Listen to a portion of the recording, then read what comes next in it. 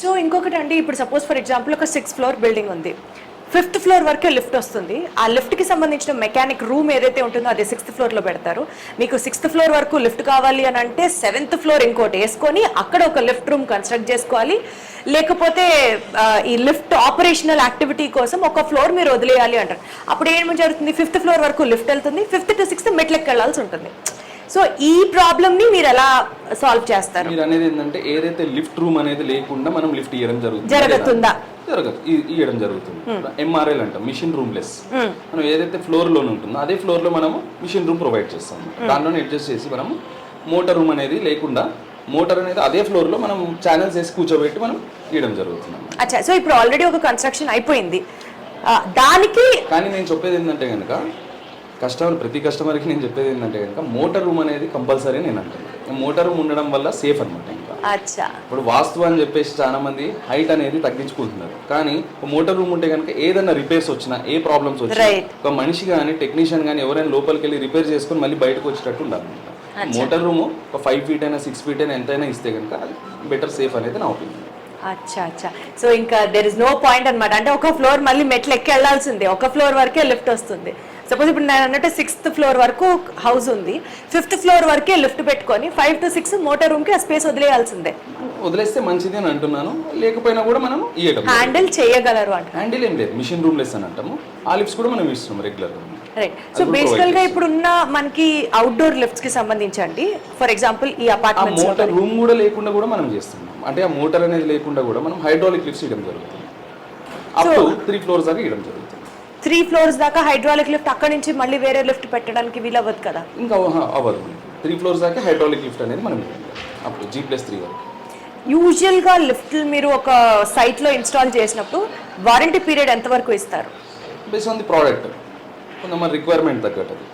Like హైడ్రాలిక్లో 48 months 5 years warranty దాకా కూడా ఇస్తున్నాం మనం. కస్టమర్ తీసుకునే ప్రోడక్ట్ బట్టి మనకి వారంటీ అనేది చేంజ్ అవుతుంది.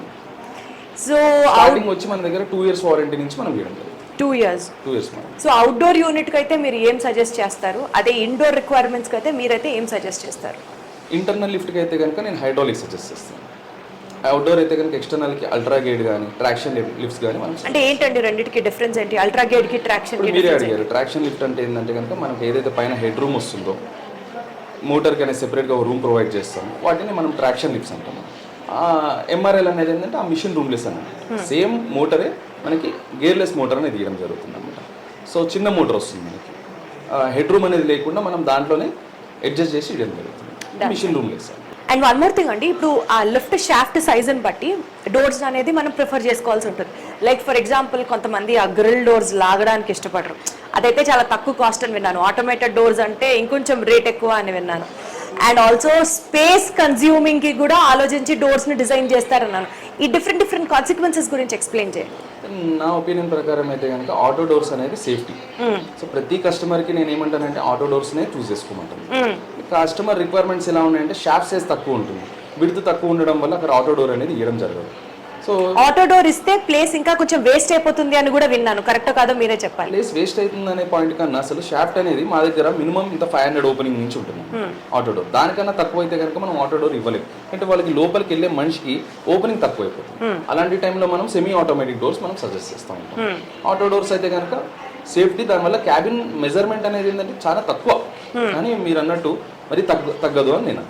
Okay, right. So auto doors అంటే చాలా సేఫ్ అని మీ ఒపీనియన్. సో మాన్యువల్ గా మనం తీసుకొని వేసి ప్లీజ్ క్లోజ్ ది డోర్ అనే ఆప్షన్ అసలు అది విని అపార్ట్మెంట్స్ లో బుర్ర పిచ్చెక్కిపోతుంది. 5th floor లో డోర్ వేయకుండా ఎవరైనా మిస్ అయితే కింద గ్రౌండ్ ఫ్లోర్ నుంచి మళ్ళీ పైకి వెళ్ళి మళ్ళీ డోర్ క్లోజ్ చేసి ఇవన్నీ ప్రాబ్లమ్స్. కానీ ఆటో డోర్లు అయితే కనుక ఈ ప్రాబ్లమ్స్ చాలా తక్కువ ఉంటుంది. మాన్యువల్ గా ఏదైనా మనం హ్యాండ్ తో మూవ్ చేసేదానికి మనకి మెయింటెనెన్స్ అనేది ఉంటుంది. ఆటో డోర్ లో ఆ ఆప్షన్ అనేది తక్కువ, మెయింటెనెన్స్ అనేది తక్కువ ఉంటుంది. సో ఆటో డోర్ ప్రిఫర్ చేసుకుంటే మెయింటెనెన్స్ కూడా కలిసి వస్తుంది అని చెప్తున్నారు. యాక్సిడెంట్స్ కూడా చాలా తక్కువ అవుతాయి. ఇప్పుడు చిన్న పిల్లలు కూడా ఈ ఛానల్ గేట్స్ లో చేతులు పెట్టడం, ఈ స్వింగ్ డోర్స్ లో కూడా మనకి చేతులు పెట్టడం, ఇవన్నీ ప్రాబ్లమ్స్ వస్తున్నాయి అన్నమాట. మాన్యువల్ అనేది మనకి కొద్దిగా ఇష్యూస్ ఉంటాయి. ఆటో డోర్స్ అనేది ఎప్పుడు కూడా సేఫ్టీ. నెక్స్ట్ ఏదైతే కస్టమర్స్ చాలా మంది వాళ్ళకు కొన్ని డౌట్స్ ఉంటాయి అన్నమాట మా దగ్గరకు వచ్చినప్పుడు. మా క్యాబిన్ సైజ్ ఎంత వస్తుంది, ఈ షాఫ్ట్ సైజ్ వచ్చి నా దగ్గర 4x4 ఉంది, విడ్త్ 4 ఉంది, డెప్త్ 6 ఉంది, ఇలా డిఫరెంట్ క్వశ్చన్స్ ఉంటాయి వాళ్ళకి. దాన్ని బట్టి కూడా మనం క్యాబిన్ అనేది కస్టమైజ్ ఇక్కడ ఇవ్వడం జరుగుతుంది మా దగ్గర. Okay okay. సో సెపరేట్గా దానికి ఒక డ్రాయింగ్స్ అనేది ఇవ్వడం జరుగుతుంది. ఇన్స్టాలేషన్ పార్ట్, టోటల్ ఇన్స్టాలేషన్స్ ఎలా చేస్తాం మనం ఎంత మీకు నెక్స్ట్ మా పార్ట్ గౌస్ గారు మీకు ఎక్స్ప్లెయిన్ చేస్తారు. Perfect. Okay, so drawing part అంతా గౌస్ గారు ఎక్స్ప్లెయిన్ చేస్తారు.